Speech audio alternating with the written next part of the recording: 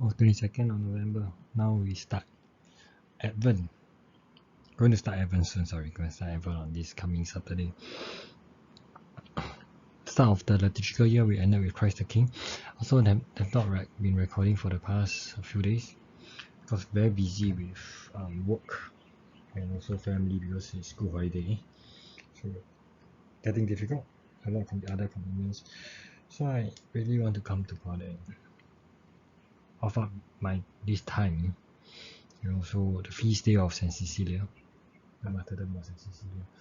This what I see here is that the body, the conservativeness, the do not want to see the world, the hiding, because she keep her virginity till the end. And convert to me is converting Saint Valerian, the husband, in respecting that, and was baptized through her. And this to me is the love of God is so great that willing to take away pleasure or commitment and everything and be very honest and upfront, bold. I think it's very bold and brave to really stand by the faith and to be to the end. I didn't see how she died and all, why she martyred and all, but definitely her steadfast, her firmness in recognizing the kingdom is really worth me admiring her. And also asking myself, do I even recognize this kingdom as in willing to go? I think willing to go readily to me is all martyrs to me is ready, very ready to stand up, say I'm going to die for my faith. The love of Jesus is fantastic in that sense, and that is something admirable to me.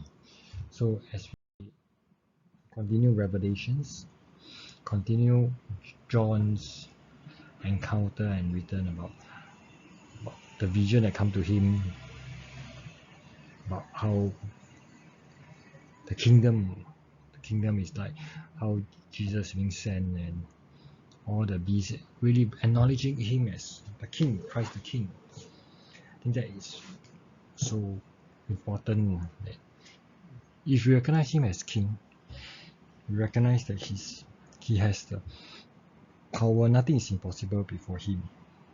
And this king is giving us a direction, helping us to direct us and really lay the foundation for us. A good king is one that really lay the foundation so that things are easier. Doesn't do things for us, but guide us. And St. Luke, we see the many signs that will be here as like Judgment Day is coming. Or actually, it's a day that we will go. I think a lot of times you hear stories that some people that before the end is come, they actually know, they are actually quite aware, and they will call the family members, they will pass down their last words. Or even for some, they will have a hunch. And God do send us signs, and I think ultimately, regardless, is really, are we prepared? Do we really has put Jesus in the center of our life so far? I think that's something that we should always remember and think about it, to let God continue to inspire us in our day-to-day life. As we reflect, as we allow God to speak to us and sing into us, may we look at Him and acknowledge this power that was rest upon Him. So what really struck me is there will be signs given before the Lord comes, and there are actually signs about Jesus in our life. Let's not talk about those big, huge earthquakes and all, but actually they are just, to me, they're just trying to make it easier for people to connect then. But there are people that come to us to tell us what is wrong. We actually accept these signs, so doubt them, and even believe in others, other ways, other interpretation like end of the world.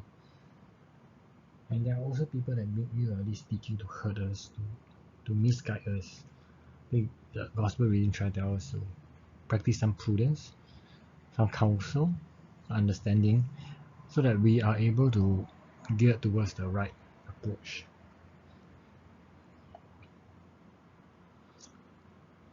And don't be so pessimistic. Maybe at the end of the world, I heard Homely was saying that there were so many things, millennium end of the world, 2012 or 2011 end of the world, so many different people come with so many concepts, so many numerical numbers, say all these predictions are true, this one will be true.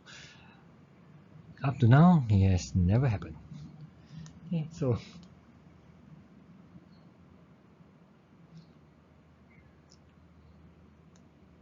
why are we believing all this? Why are we so concerned about end of the world? Why are we so rejecting end of the world?